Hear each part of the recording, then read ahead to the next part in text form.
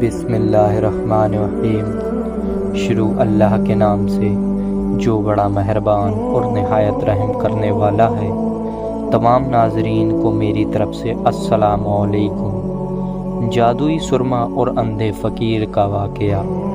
ایک دفعہ کا ذکر ہے، ایک چھوٹے سے گاؤں کے پاس ایک اندھا فقیر رہتا تھا۔ وہ اپنی زندگی فکری اور دعاؤں کے ذریعے گزارتا تھا۔ ہر دن وہ ایک مسجد کے باہر بیٹھ کر لوگوں سے اپنی ضرورت کے لیے کچھ مدد مانگتا اور اس کے لیے دعا کرتا۔ لوگ اس کے حال پر ترس کھا کر اس کی مدد کرتے، مگر اندھے ہونے کی وجہ سے وہ اپنے کام کے لیے کسی اور کا محتاج تھا۔ پھر بھی اس کا دل ہمیشہ اللہ کی طرف مطمئن رہتا تھا۔ ایک دن ایک اجنبی شخص اس گاؤں میں آیا۔ وہ ایک سفر کرتے ہوئے مسجد کے پاس رک گیا۔ اس نے اندھے فقیر کو دیکھا اور اس کا حال پوچھا۔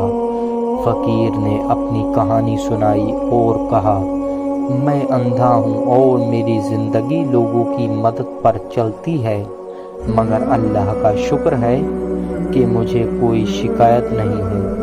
اجنبی شخص نے کہا، مجھے تمہاری بات نے متاثر کیا ہے۔ میرے پاس ایک جادوئی سرما ہے، مگر تم اسے اپنی آنکھوں میں لگاؤ تو تمہاری بینا واپس آ سکتی ہے۔ اندھے فقیر نے حیرانی سے پوچھا، کیا یہ سچ ہے؟ کیا میں پھر سے دنیا دیکھ پاؤں گا؟ اجنبی نے مسکراتے ہوئے سرما اس کے حوالے کر دیا اور کہا، لیکن ایک بات یاد رکھنا، اس سرمے کا صرف ایک ہی قطرہ تمہاری آنکھوں میں لگانا ہے۔ اگر تمہیں زیادہ لگایا تو اس کا نقصان ہوگا۔ فقیر نے اس کا شکریہ ادا کیا اور سرما سنبھال کر رکھ لیا۔ شام کو فقیر نے سرما اپنی آنکھوں میں لگایا۔ اس نے محسوس کیا کہ وہ دھیرے دھیرے اس کی بینا واپس آنے لگی۔ وہ خوشی سے جھوم اٹھا، لیکن پھر اس کے دل میں لالچ آ گیا۔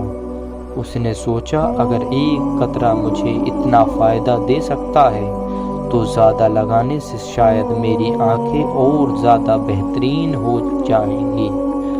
اس نے سرما زیادہ لگانے کی کوشش کی، لیکن جیسے ہی اس نے یہ کیا، اس کی آنکھیں پھر سے اندھی ہو گئیں۔ اس بار اس کا اندھا پن پہلے سے بھی زیادہ بڑھ گیا۔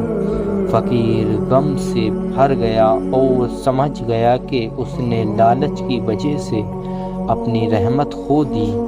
اس واقعے سے ہمیں یہ سبق ملتا ہے کہ ہمیں اللہ کی دی ہوئی نعمتوں کا شکر ادا کرنا چاہیے اور اس کا غلط استعمال نہیں کرنا چاہیے۔ لالچ انسان کو برباد کر دیتا ہے۔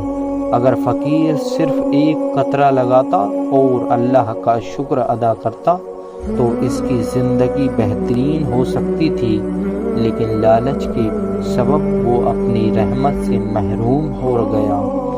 ہمیں چاہیے کہ ہر نعمت پر قناعت اور شکر ادا کریں اور ہمیشہ اپنے عمل میں معتدل رہیں۔